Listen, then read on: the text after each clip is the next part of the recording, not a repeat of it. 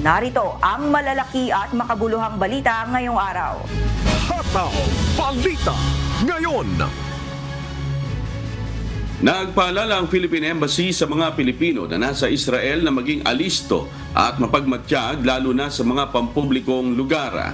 Partikular na rito ang mga Pinoy na nasa West Bank, Golan Heights, mga lugar na malapit sa border ng Gaza at Lebanon, maging sa mga military base o outpost at ang mga pasilidad ng kuryente at tubig. Paalala ng Philippine Embassy sa Israel, sa unang senyalis pa lang ng panganib ay agad na lumikas at magtungo sa ligtas na lugar. Kung may mga emergency ay maaaring tawagan ng mga kaukulang otoridad o di kaya sa Philippine Embassy Emergency Hotline na 927-54-466-1188. Hataw Balita ngayon. Inanunsyo ni Pangulong Ferdinand Marcos Jr. sa isang bilateral meeting sa Malacanang kahapon, October 7, kasama si South Korean President Yoon Suk Yeol, ang pinalakas na strategic partnership ng Pilipinas at South Korea. Sumasaklaw sa iba't ibang larangan ang paglawak ng relasyon ng dalawang bansa tulad ng politika, depensa at ekonomiya. Tinalakay din ni Pangulong Marcos ang mga issue sa West Philippine Sea at sa Korean Peninsula. Inanunsyo naman ni Pangulong Yoon ang suporta ng South Korea sa modernisasyon ng sandatahang lakas ng Pilipinas. Sinasabing aktibong makikilahok ang Korea sa Re-Horizons 3 phase ng modernisasyon ng AFP. Nilagdaan ang iba pang kasunduan sa pagitan ng Pilipinas at South Korea. Kabilang dito ang Memorandum of Understanding sa Economic Innovation Partnership Program, strategic cooperation sa critical raw material supply chains at iba pang proyekto na nakatuon sa pagpapaunlad ng kanilang ugnayan at kooperasyon. Our decades of cordial relations have developed into a comprehensive partnership that spans political, defense, economic, socio-cultural, maritime, and many other fields across various levels of engagement. And today, I am pleased to announce that the Philippines and the Republic of Korea have formally elevated our relations to a strategic partnership, adding further impetus to the strengthening and deepening of our cooperation in an increasingly complex geopolitical and economic environment. 필리핀은 75년 전 75 years ago, the Philippines became the first nation in Southeast Asia to establish diplomatic relations with the Republic of Korea. During the Korean War, the Philippines deployed the largest contingent of troops among Asian nations in defense of the Republic of Korea, for which the Korean people remain deeply grateful as a true friendship. 또한 우리 두 정상은 오늘 체결된 Our two countries concurred to strengthen strategic partnership in the security front. We agreed to enhance our cooperation in defense industry. In particular, Korea will actively take part in the Re-Horizon 3 phase of the modernization of the AFP. Hataw Balita ngayon.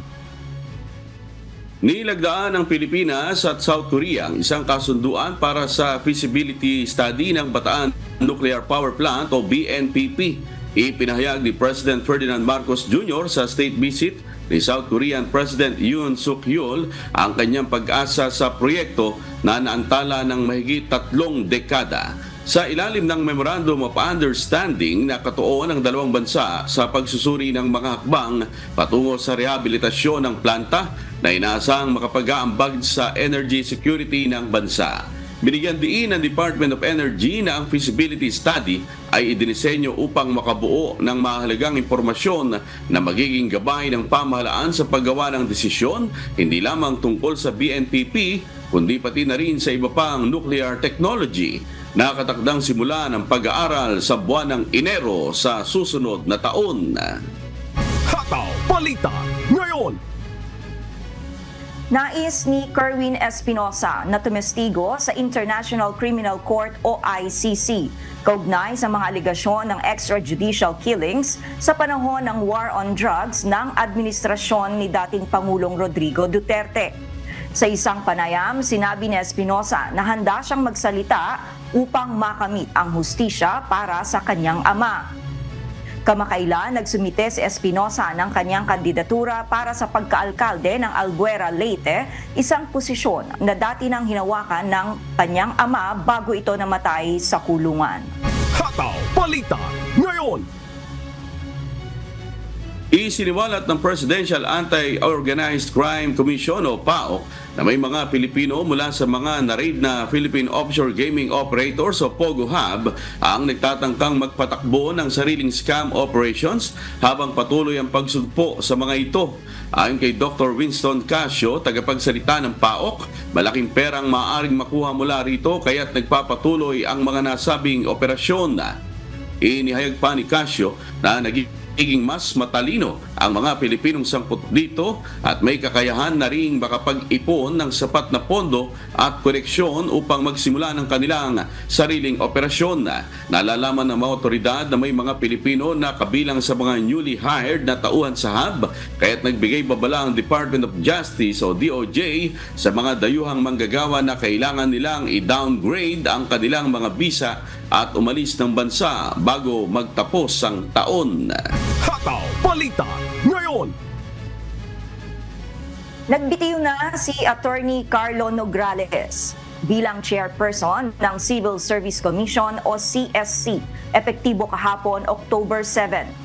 Sa liham nito kay Pangulong Ferdinand Marcos Jr., sinabi ni Nograles na naging mahirap umano para sa kanya ang desisyon. Bagaman walang nabanggit sa sulat na may plano itong tumakbo sa 2025 midterm elections, inihayag nito na papasok ito sa panibagong landas ng public service. Hinirang ni Pangulong Marcos si Nograles na chairperson ng CSC noong Hunyo 2022. Bunsod ng resignation ni Nograles, tatayong acting chairman ng CSC si Attorney Eileen Lizada. Hataw Balita ngayon. Bad news para po sa mga motorista dahil ipatutupad na po ang paggalaw sa presyo ng mga produktong petrolyo ngayong araw ng Martes, October 8. Patay po sa magkakaiwalay na abiso ng mga oil company, may pagtaas na 1 peso and 20 centavos ang presyo ng kada litro ng diesel. Magkakaroon naman ng price hike na aabot sa 70 sentimos ang kada litro ng kerosene. Wala namang inaasahang paggalaw sa presyo ng gasolina. Ayon sa industry players, nakaapekto pa rin sa paggalaw ng oil prices ang nagpapatuloy na tensyon sa Middle East. Hataw Balita ngayon. Opisyal nang inanunsyo kahapon, October 7, ng Weather Bureau Pag-asa ang formal na pagtatapos ng habagat season o pag-iral ng southwest monsoon sa bansa. Kasunod nito ay lalo pang lumalakas ang high-pressure system sa bahagi ng Silangang Asya na siyang dahilan ng unti-unting pagpapalit ng weather patterns sa bansa. Bunsod nito, asahan ang pagpasok ng mas malamig na panahon habang ang bansa ay nasa transition period sa pag-iral naman ng northeast monsoon o hanging amihan. Posibleng ideklara na rin ito ng ahensya sa mga darating na linggo.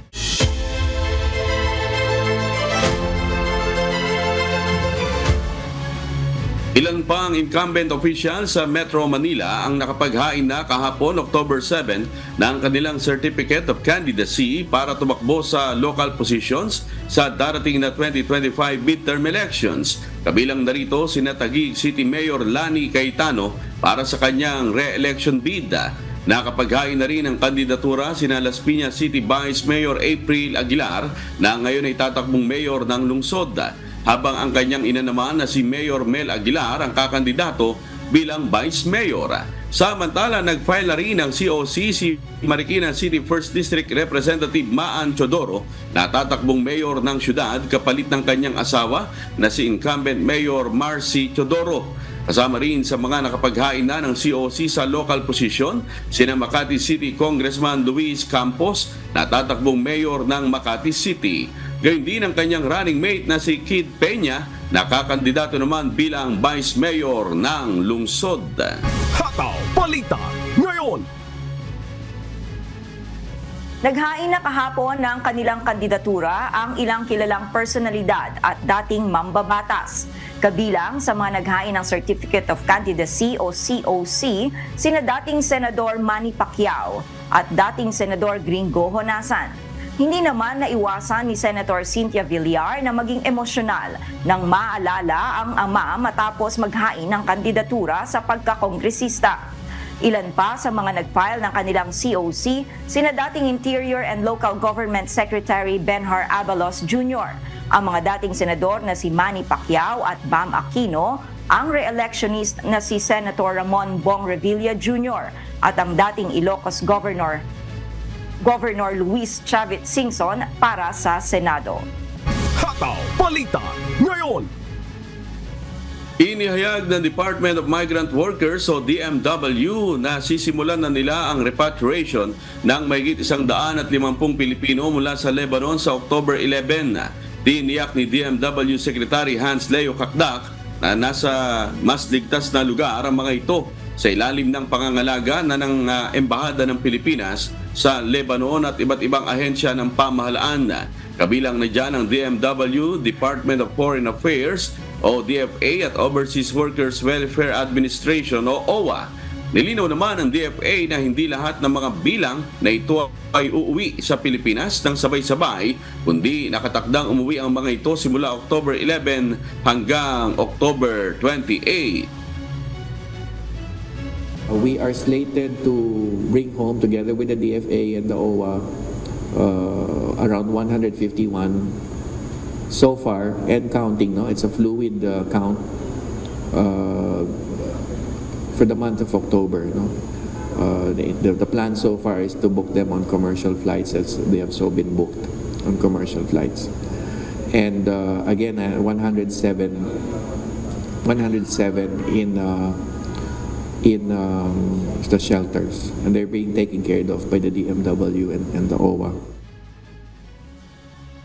Of course, the work itself, the need for work, the income that they get is there, but I would think there would be a higher calling or reason why they choose to stay behind. But having said that, yung personal safety is also a concern on our side. We care for our citizens, and so it's always imperative under the law, no, to provide and offer repatriation, safe, secure, and free repatriation services.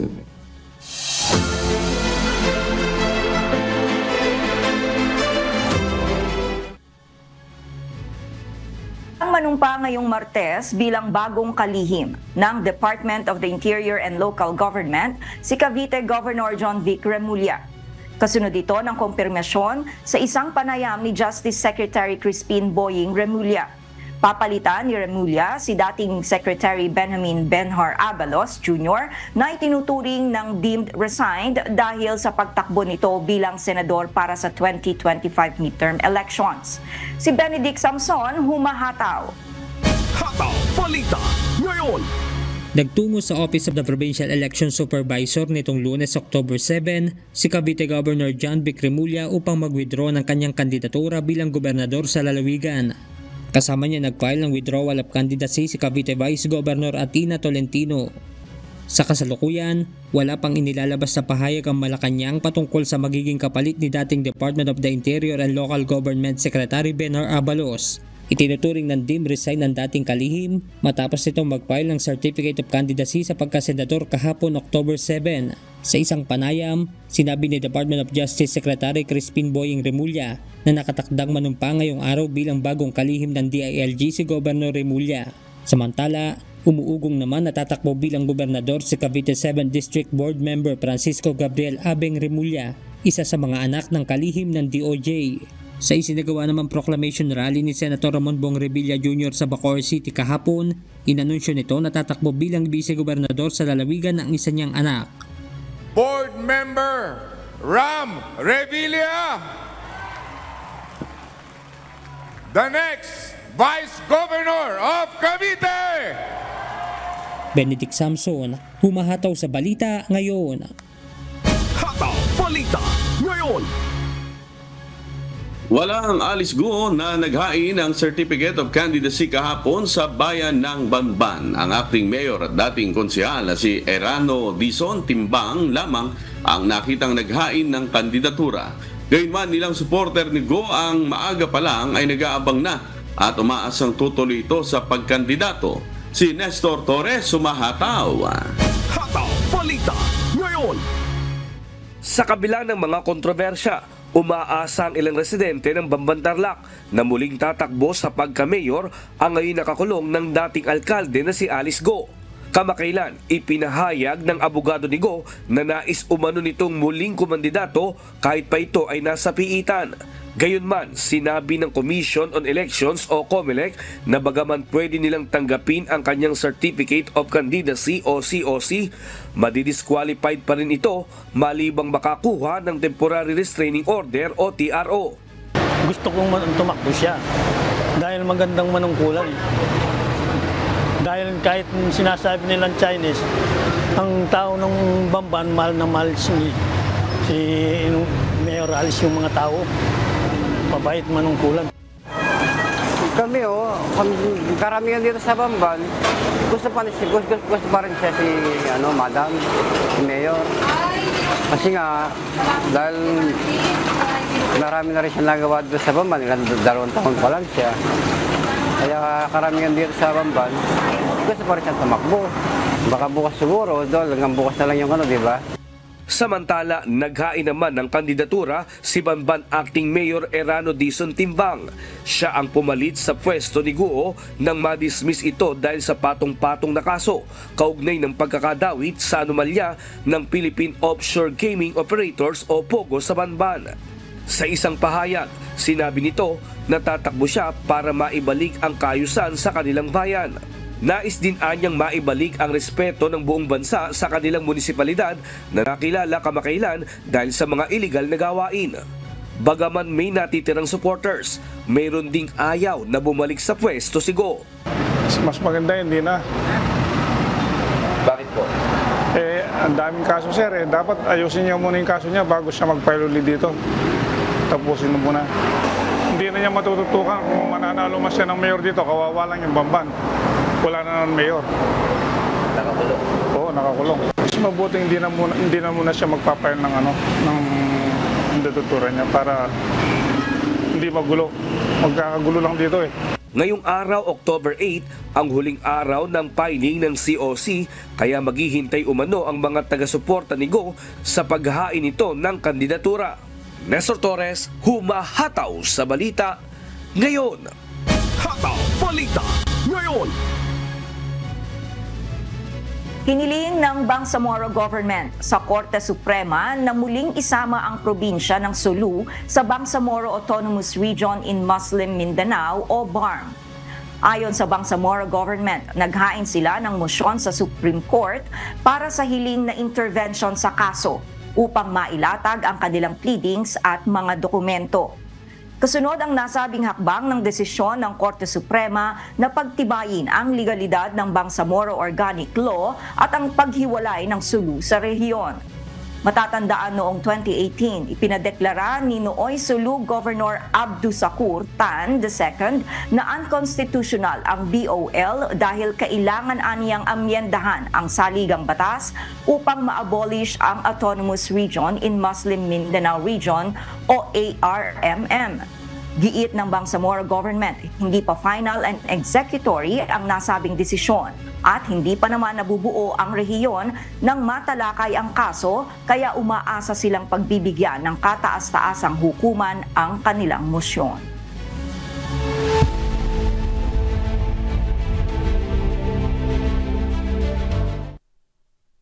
Tumugon ng pamahalaan ng Estados Unidos sa matinding pambobomba ng Israel sa Lebanon.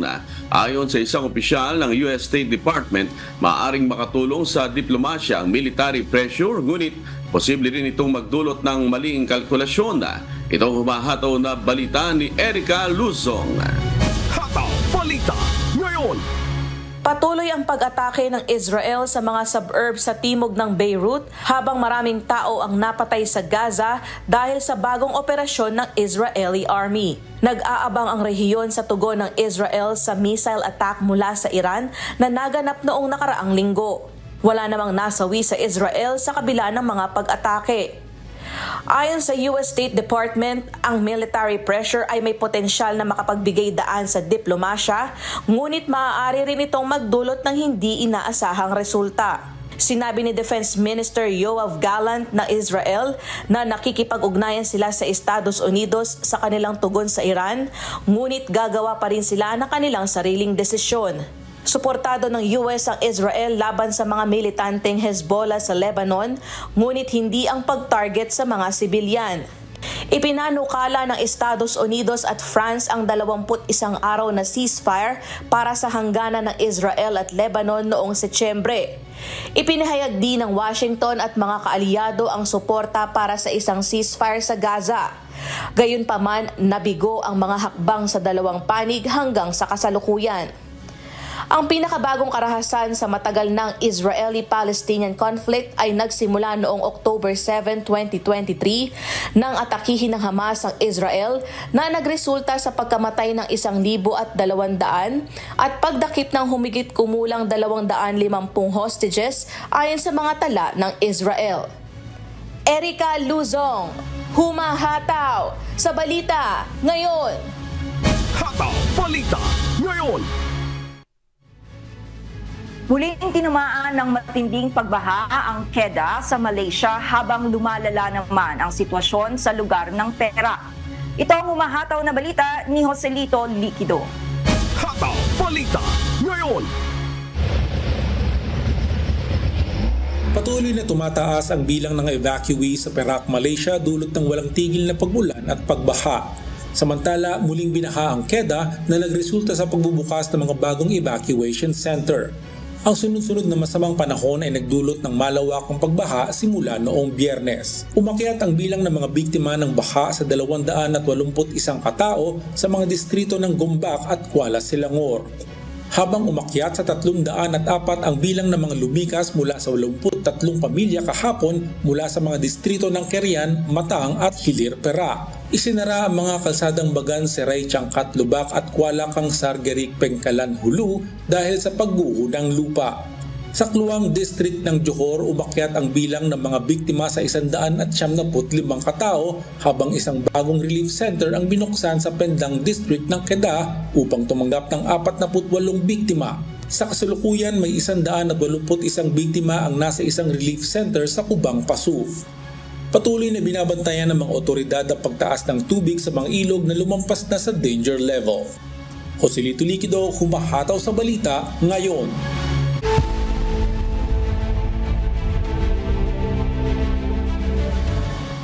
Isinulong ng Conservative Party ang Axe the Tax upang tutulan ang carbon tax program ng pamahalaan ni Canadian Prime Minister Justin Trudeau na tugon sa lumalalang climate change. Ito humahataw na balita ni Noel Poliarco. Hataw Balita ngayon. Nahaharap sa panibagong hamon si Canadian Prime Minister Justin Trudeau dahil sa paghahangad ni Opposition Leader Pierre Poilievre na hikayatin ng mga botante na tutulan ang carbon tax program ng gobyerno. Sa kanyang pahayag sa House of Commons ngayong buwan, mayroon lamang isang paraan upang maiwasan ang mapangwasak na krisis at ito ay ang labanan si Prime Minister Justin Trudeau at dapat na magkaroon ng isang carbon tax election. Giit pa nito na ang carbon tax ay lalo pang nagpapabigat sa mga Canadian sa panahon ng mga upa, presyo ng bilihin at gasto sa transportasyon ay tumaas lahat. Samantala ayon kay Canada's Environment Minister Stephen Guilbeault, kung sakaling abandonahin ng Conservative government ang carbon tax policy ng bansa ay walang paraan na matugunan nito ang 50% target emission nito sa taong 2030. Noel Poliarco, humahataw sa balita ngayon. Hataw Balita ngayon. Nagpakita ng malaking interes sa mga global investors sa Asian bonds matapos ibaba ng United States Federal Reserve ang interest rate. Nakauna-unahang rate cut sa loob ng 4 na taon. Ito ang humahataw na balita ni Early Briones. Hataw Balita ngayon. Nagkaroon ng malaking risk-on move sa mas mataas na kita at high-risk assets sa Asia ang ilang global investors pagkatapos ng United States rate cut noong September 19. Inaasahan ng mga mamumuhunan na susunod ang mga regional central bank na magpapababa rin ng kanilang rates upang magbigay daan para sa mas maraming bond issuance ng mga lokal na kumpanya. Ayon sa Nomura, umabot sa 12.82 billion ang mga offshore inflows sa Asian bond markets noong Agosto, maliban sa China. Nanguna ang South Korean bonds, kasunod ang bonds mula Indonesia at India. Inaasahang patuloy pang lalakas ang investment na ito, lalo na sa mga bansang nagpapakita ng pagbaba ng kanilang interest rates kasabay ng US Federal Reserve. Early Briones, humahataw sa balita ngayon. Hataw Balita ngayon. Pumalo sa 7.4% year-on-year ang Gross Domestic Product o GDP growth ng Vietnam sa third quarter ng 2024. Itinuturing ito na pinakamalaking pagtaas na naiulat sa bansa sa loob ng 2 taon. Ito ang humahataw na balita ni Ruth Bahe. Hataw Balita ngayon. Nagpakita ng pinakamataas na paglago ng ekonomiya ang Vietnam sa loob ng 2 taon sa ikatlong quarter ng 2024. Batay sa ulat ng General Statistics Office, lumago ang Gross Domestic Product o GDP ng bansa ng 7.4% kumpara sa nakaraang taon. Malaking kontribusyon ang malakas na export, mas mataas sa produksyon sa industriya at pagdagsa ng foreign investment. Noong Setyembre, tumaas ng 10.7% ang export habang umangat naman ng 10.8% ang produksyon sa industriya. Umabot naman sa $17.3 billion ang foreign investment sa unang 9 na buwan ng taon. Mas mataas ito ng 8.9% kumpara noong nakaraang taon.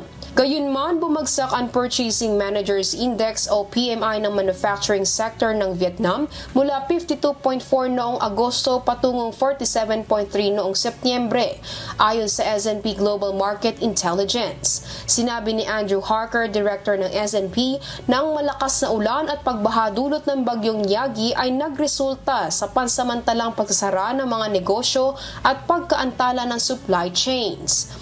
Patuloy na tinatarget ng Vietnam ang GDP growth na nasa pagitan ng 6.0% hanggang 6.5% ngayong taon, habang pinapanatiling mababa ang inflation sa ilalim ng 4.5%.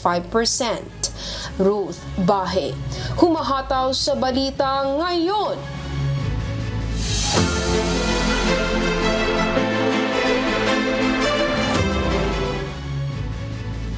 Nakapag-file na ng Certificate of Candidacy ang 4 na maglalaban-laban para sa pagkagobernador sa lalawigan ng Laguna. Si Christian Lopez, humahataw. Hataw Balita ngayon. Nagsagawa na ng filing ng Certificate of Candidacy o COC para sa darating na 2025 election si incumbent Laguna Governor Ramil Hernandez kasama ang kanyang asawa na si 2nd District Representative Rod Hernandez sa Commission on Election o COMELEC Santa Cruz, Laguna kahapon October 7. Magpapalit ang dalawa ng posisyong tatakbuhin. Tatakbo para sa pagkakongresman ng 2nd distrito ng Laguna si Governor Ramil Hernandez habang ang asawa nito ay sasabak naman sa pagkagobernador. Makakatambal nito sa pagka-vice-gobernador si board member Attorney J.M. Carait. Ipagpapatuloy umano ng mambabatas ang programa ng serbisyong tama ng kasalukuyang gobernador kung saan isa sa kanilang palalakasin ang turismo. Ako po naniniwala na ang turismo po ay mainam na at epektibo na bihikulo para isulong ang kaunlaran ng ating lalawigan. So talaga po palalakasin natin ang turismo. Kasabay nito, naghain na rin ng COC ang dating congresswoman na si Sol Aragones na tatakbo din para sa pagkagobernador, kung saan makakatandem naman ito si Vice Governor Piwe Perez. Para sa isang bata na mahirap, mababa ang marka, na hindi lahat ng batang mababa ang marka ang galingan ng hina ang kanilang ulo.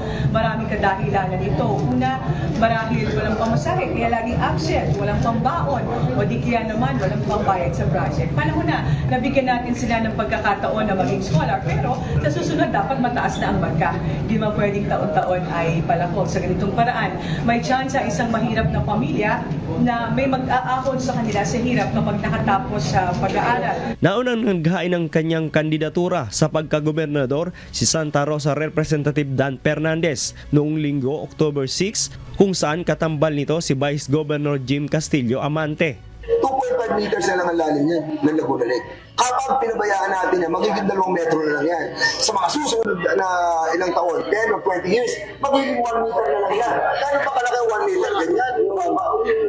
Nakakatakot siya para sa kinabukasan ng the biggest league in the country. Kaya yan, a-action na natin. Samantala, tatakbo rin bilang gobernador si Vice Governor Atty. Karen Agapay kasama ang kanyang katandem sa pagka-Vice Governor na si ABC President Lorenzo Boy Zuniga Jr. Ayon sa COMELEC, naging maayos naman umano ang isinagawang filing ng COC sa Calabarzon Region. At so far, naging maayos naman po ang ating paghahain ng certificates of candidacy ng mga aspirants po natin all throughout Calabarzon, hindi lang po dito sa Laguna, kundi pati rin po sa ibang lalawigan ng Calabarzon. Christian Lopez, humahataw sa balita ngayon. Hataw Balita ngayon. Umabot sa 720,000 pesos ang halaga ng mga sinirang marijuana ng mga tauhan ng Philippine Drug Enforcement Agency o PDEA Region 1 at La Union Police Provincial Office sa Sitio Bayo, Barangay Sasaba sa bayan ng Santol sa nabanggit na lalawigan. Isinagawa ng mga otoridad ang marijuana eradication bandang alas 11 ng umaga nitong Lunes, October 7. Sa naturang lugar, sama-samang binunot at sinunog ng mga tauhan ng PDEA at pulisya ang sa 3,600 pieces ng fully grown marijuana mula sa dalawang plantation site na may sukat na 350 square meters. Hataw Balita ngayon. Bilang pakikiisa sa paggunita ng International Breast Awareness Month, iba't ibang aktibidad ang isinagawa ng mga miyembro ng Bataan Cancer Society sa Balanga City, Bataan. Si Mel Aquino, humahataw. Hataw Balita ngayon. Sabay-sabay na nagmarcha ang mga miyembro ng Bataan Cancer Society kasama ang kanilang fur babies sa isinagawang Pink Walk sa Balanga City. Ito ay bilang pakikiisa sa pagdiriwang ng ika-39 na taon ng Breast Cancer Awareness Month na pinasimulaan noong Oktubre taong 1985 nang unang ipakilala ang kaalaman ukol sa breast cancer at ang panganib na dulot nito lalo na sa mga kababaihan. Ayon sa Hawking College sa Nestville, Ohio, nakapagtala ng 1.38 milyon na mga bagong kaso sa buong mundo noong 2008 kung saan 458,000 sa mga ito ang nasawi. Ngayong taon, kasama naman ng mga cancer survivor at cancer patient ang kanilang fur babies. Kasabay nito, binakunahan din ang mga alagang aso ng anti-rabies vaccine. Ayon kay Dr. Alay Banasihan, kasabay ng pag-iingat nila sa kanilang sarili ay mahalaga rin na maingatan ang fur babies nila. Malaking tulong aniya ang nasabing hakbang sa mental at emotional health ng mga cancer survivor at cancer patient para sa kanilang mabilis na recovery. Yung kanilang pinagdadaanan, so big part of their recovery, of their mental, physical, and emotional health comes from the pets, no? So aside from taking care of themselves, they also take care of their animals. So nandun tayo sa pakikipagkaisa sa kanila when taking care of their animals para they will take care of themselves as well. Ayon naman kay Dr. Domingo Sampang, founder ng Bataan Cancer Society, mahalaga ang pagkakaroon ng network na makatutulong sa mga kababayan nating nakaranas at patuloy na dumaranas ng sakit na cancer. Naging adhikain po ng Bataan Cancer Society and Support Group since November 6 of 2004.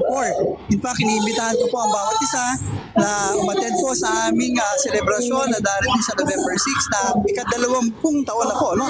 2 dekada na po na tayo po ay tumutulong, nagbibigay ng impormasyon sa ating mga kababayan may sakit ng cancer, hindi lamang po sa breast, kundi sa iba't ibang uri po ng cancer. Importante po na mayroon pong tinatawag na networking at kung saan ay mapapadali ang mga pangangailangan ng bawat isa.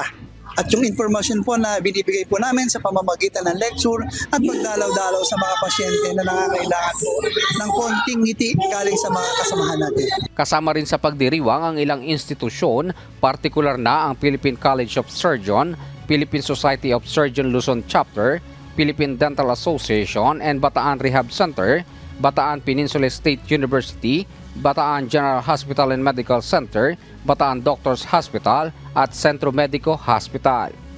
May laki na humahataw sa balita ngayon. Hataw Balita ngayon. Naghain na kahapon ng Certificate of Candidacy o COC si dating Pangulong Rodrigo Duterte, gayon din ang kanyang mga anak na sina Congressman Paulo Pulong Duterte at ang incumbent mayor ng Davao City na si Sebastian Baste Duterte.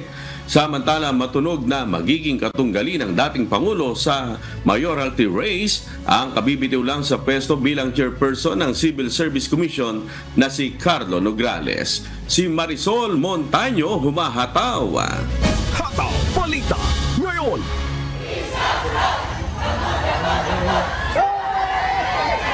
Ganito ka-intense ang Certificate of Candidacy o COC filing dito sa Davao, lalo pang tila naging out of control ang crowd nang dumating si dating Pangulong Rodrigo Duterte upang magpasa ng kanyang kandidatura sa mayoralty race sa Davao City. Kaya ng nauna nang ipinahayag ng dating Pangulo, magiging running mate niya ang kanyang anak na si incumbent Mayor Sebastian Baste Duterte na tatakbo bilang Vice Mayor ng lungsod. Nagpasa rin ng kanyang COC si Davao City 1st District Representative Paulo Pulong Duterte sa pamamagitan ng kanyang abogado na si Attorney Elijah Manuel Pipito sa pareho pa ring posisyon. Ayon kay Attorney Pipito, nasa Maynila ang kongresista kaya hindi siya personal na nakapag-file ng kanyang COC.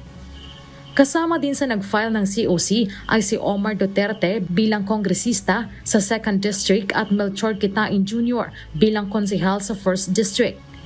Ayon kay Baste, masayaan niya siyang tumakbo ang kanyang ama. Ako personally nalipay ko because ganahan ko nga napasay mahatag magod sa mga tao. Samantala, usap-usapan na ang magiging malakas na katunggali ni dating Pangulong Duterte sa pagkamayor sa syudad ay ang kakabitiw lang bilang chairperson ng Civil Service Commission na si Carlo Nograles. Dumating si Nograles sa tanggapan ng COMELEC kahapon, hindi para mag-file ng kanyang COC kundi upang samahan naman ang kanyang pinsan na si Councilor Javi Garcia Campos na naghain ng kanyang COC sa pagka-congressman sa 2nd District sa ilalim ng Partido Federal ng Pilipinas. Rest assured, no, ang pagdagan ako pagka-congressman, ako ang lihukan ang kaugmaon sa tuwang dakbayan, ilabi na sa Distrito 2. Marami rin ang nagpasa ng kanilang kandidatura noong Sabado, kabilang ang isang pastor ng isang religious group kasama ang kanyang ilang miyembro na tatakbo sa iba't ibang posisyon. If I have given the privilege to serve as your mayor, I will focus on 5 core areas vital to our city's progress. Number 1, free hospitalization at Southern Philippines Medical Center. Libreng pagpa-hospital sa Southern Philippine Medical Center para sa lahat. Mayroon ding isang social media content creator ang nag-file ng COC, si Rueno Caballes alias Boy Isog. Inaasahang kasama sa mga hahabol sa pagpapasa ng kandidatura ngayong huling araw ng COC filing ay ang kampo ng mga Nograles. Marisol Montaño humahataw sa balita ngayon.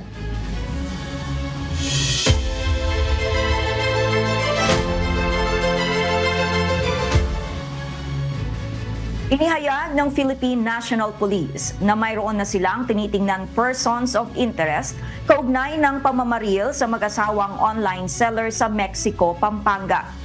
Ayon kay Philippine National Police Public Information Office Chief Police Colonel Jean Fajardo, may kinatagpong business partner ang mag-asawang Arvin at Lerma Lulu sa isang mall sa Pampanga. Mayroon din aniyang impormasyon na ibinigay ang magulang ng biktima na posibleng makatulong sa investigasyon ng mga otoridad. Inaalam pa po ma'am kung ano po yung profile nitong mga gunman po at what is clear, sabi po ni PD kanina ay they have good leads po, particularly doon po sa backrider po na mayroon pong witness na nakapag-identify po sa pagkakakilanlan po nitong posibleng gunman po, isa sa gunman po. According to the provincial director ay nakausap na po nila yung magulang, particularly po yung magulang po nitong biktimang babae at may mga ibinigay po mga information at yun po yung pinupursu po ngayon ng ating investigation team to identify yung possible mastermind behind this murder cases po.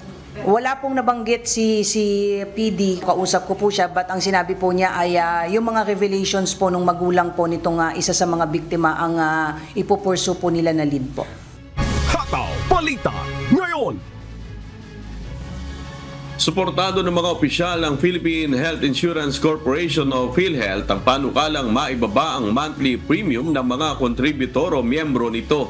Ayon sa State Health Insurer, sapat ang pondong ito para i-cover o masakop ang pangangailangan ng mga Pilipinong nagpapagamot na sinasagot ng healthcare packages. At dahil malaki na ang pondong naipon, suportado ng mga opisyal ng PhilHealth na ibaba ang buwan ng premium contribution ng mga miyembro nito. Ayon kay PhilHealth President Emmanuel Ledesma, ipinapanukala ngayon na ibaba sa 3.25% ang monthly contribution ng mga miyembro mula sa kasalukuyang 5%. Sa pagdaya ng ahensya, kung may sakakatuparan nito, posibleng umabot sa mahigit 40 billion pesos kada taon ang mababawas na gasto sa lahat ng contributors. We at PhilHealth, all of us, all 10,000 of us, fully support the reduction in premium contribution.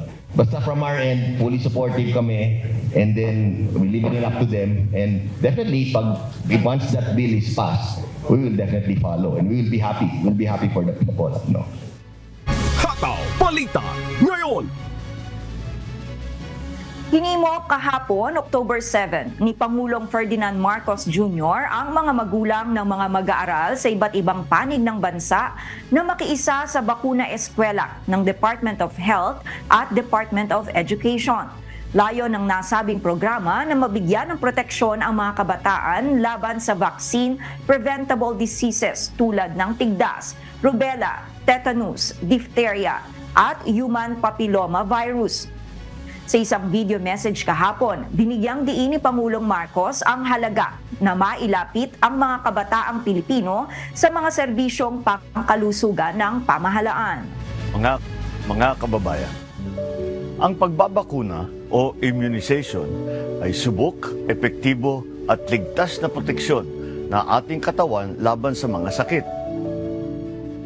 Sa kasalukuyan, nasa 34% lamang ng ating kabataan ang bakunado. Ang iba ay matuturing na zero dose mula nung sila ay pinanganak. 11 mahalagang bakuna na dapat sana ay naibigay sa mga sanggol na wala pang 1 taong gulang. Kaya naman, simula sa ika-7 ng Oktubre, dadalhin natin sa mga eskwelahan ang pagbabakuna. Sa pagtutulungan ng Department of Health at ng Department of Education, maaari nang makapagbakuna ng libre sa mga pampublikong paaralan. Ayon kay Education Secretary Sani Angara, dapat na seryosohin ng mga magulang at mga estudyante ang mga libreng bakunahan bilang proteksyon sa kanilang mga kalusugan. Tiniyak naman ng Department of Health na walang dapat ikatakot ang mga magulang na pabakunahan ang kanilang mga anak dahil ang mga gagamiting bakuna ay subok at ligtas para sa mga bata.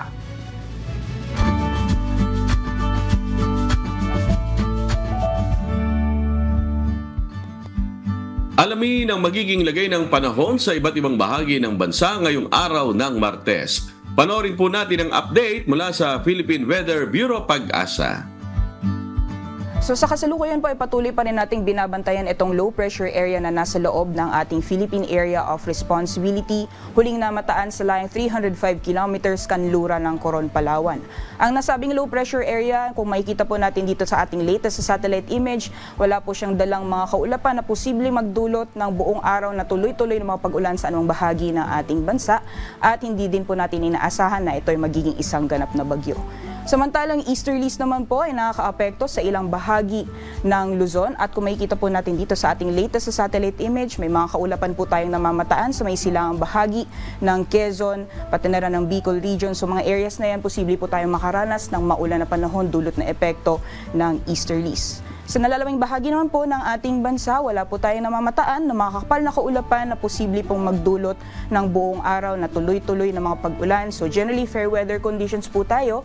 Liban na lang po yung mga posibilidad na mga biglaan o mga panandaliang buhos ng ulan dulot ng mga thunderstorms or isolated thunderstorms na mas madalas nararanasan sa hapon o sa gabi.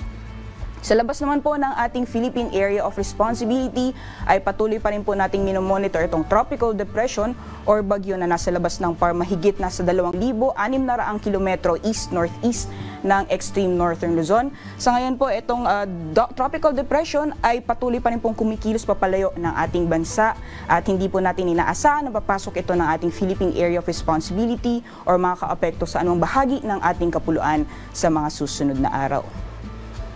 Over the next few days or over the next 2 to 3 days, itong low pressure area po nito posibleng malusaw po ito ngayong araw. Samantalang unti-unti pong lalakas yung epekto ng northeasterly wind flow at makakaapekto sa ilang bahagi ng northern Luzon. Posible po ito magdulot ng may hinang mga pag-ulan sa ilang bahagi ng northern Luzon area. Samantalang sa nalabing bahagi po ng ating bansa, mataas lamang po yung mga posibilidad na mga biglaan o mga panandaliang buhos ng ulan dulot ng mga localized thunderstorms. So magbaon lamang po tayo ng payong o kahit na anong pananggalang sa ulan.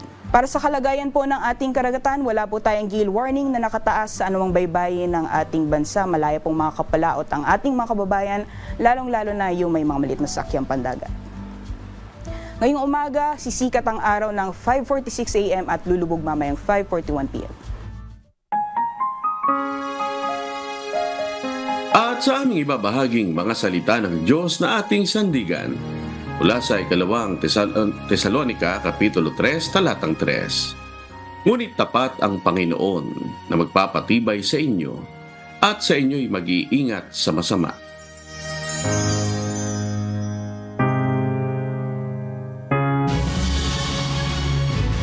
At yan pong mga humahataw na balita ngayong umaga ng Martes, ikawalo sa buwan ng Oktubre 2024.